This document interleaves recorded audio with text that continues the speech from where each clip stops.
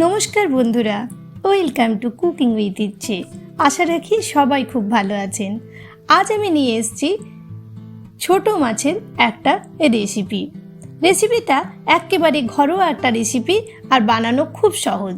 ছোট মাছ রান্না করলে কিভাবে ভাঙবে না সেটার টিপসও এই রেসিপিটার মধ্যে থাকবে। If you don't understand my language, then please on CC. My all recipe have English and Hindi CC and enjoy my recipe in your own language. তো ছোটো মাছের এই রেসিপিটা বানানোর জন্য এখানে আমি 350 গ্রাম ছোটো মাছ নিয়ে নিয়েছি। তার মধ্যে আমি হলুদ আর নুন দিয়ে ভালো করে একটু মাখিয়ে নেব, এটা কিন্তু মাস্ট। তারপর কড়াইয়ে বেশ খানিকটা তেল নিয়ে তেলটা ভালো মতো গরম করতে হবে। যখন এরকম ধোঁয়া ছাড়বে তখন বুঝবেন যে তেলটা আপনার রেডি হয়ে গেছে মাছটাকে ফ্রাই করার জন্য। তখন আমি মাছগুলোকে দিয়ে দিচ্ছি। আমি হাই ফ্লেমে 2-3 মিনিট পুরো ছেড়ে দেবো। এরকমভাবে নাড়াতে যাবেন না, তাহলে কিন্তু মাছ ভেঙে যাবে, এটা কিন্তু অবশ্যই মনে রাখবেন। 3-4 মিনিট পরে দেখুন এখন কিন্তু আর মাছ কিছুতেই ভাঙবে না, প্রথম পর্যায়ে কিন্তু, তাই ফ্লেমটাকে হাই রাখতেই হবে। এরকমভাবে ধীরে ধীরে আমি মাছটাকে উল্টে নেব। যদি রেসিপি ভালো লাগে আর প্রেজেন্টেশন ভালো লাগে তাহলে প্লিজ লাইক দিতে ভুলবেন না যেন।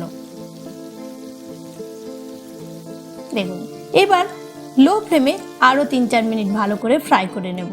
হয়ে গেছে আমাদের মাছগুলো, এখন আমি তুলে নিচ্ছি। সেম প্রসেসে বাকি মাছগুলোকেও আমি ফ্রাই করে নেব।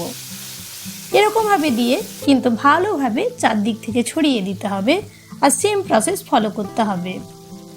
কেমন লাগলো রেসিপি অবশ্যই কমেন্ট করে জানাবেন।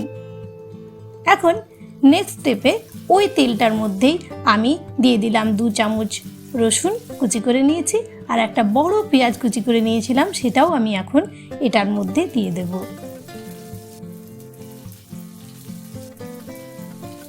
দিয়ে দিচ্ছি একটা বড় সাইজের টমেটো আর 2টো কাঁচা লঙ্কা।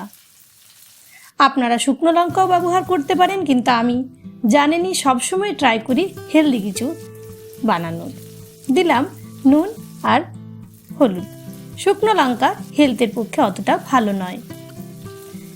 ভালো করে ফ্রাই করে নেব টমেটোটা গলা পর্যন্ত। দেখুন টমেটো আমাদের নরম হয়ে গেছিল। এখন আমি দিয়ে দিলাম 1 চামচ চিনি। আপনারা চিনিটা নাও দিতে পারেন, আমি কিন্তু দেব, টেস্টটা ভালো হবে। এরকমভাবে পুরো টমেটো আর পেঁয়াজের পেস্টটাকে পুরো আমি এরকমভাবে ম্যাশ করে নেব, তাহলে কিন্তু টেস্টটা অনেক ভালো হবে।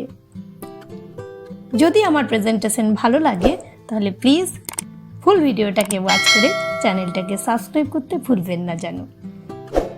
ভালো করে মশলা ফ্রাই হয়ে যাওয়ার পর আমি দিয়ে দিলাম খানিকটা জল আর সাবস্ক্রাইব করে নোটিফিকেশন বাটনটাকে অলে সেট করে দেবেন, তাহলে আমার রেসিপি যখনই আসবে তার অনেক আগে নোটিফিকেশন আপনার কাছে পৌঁছে যাবে। এরকমভাবে কিন্তু ভালো করে একটু নাড়িয়ে দেবেন, নাহলে কিন্তু নিচে মশলার অংশ থেকে যেতে পারে। খানিকক্ষণ ফুটিয়ে নেওয়ার পর এখন আমি এটার মধ্যে 2 চামচ সর্ষে বাটা আর তার সাথে একটা লঙ্কাও বেটে নিয়েছি, সেটা এটার মধ্যে দিয়ে দিলাম। এখন আমার ফ্লেমটাকে লো করে দিতে হবে, কেননা সর্ষে বেশিক্ষণ ফুটলে তেতো হয়ে যেতে পারে।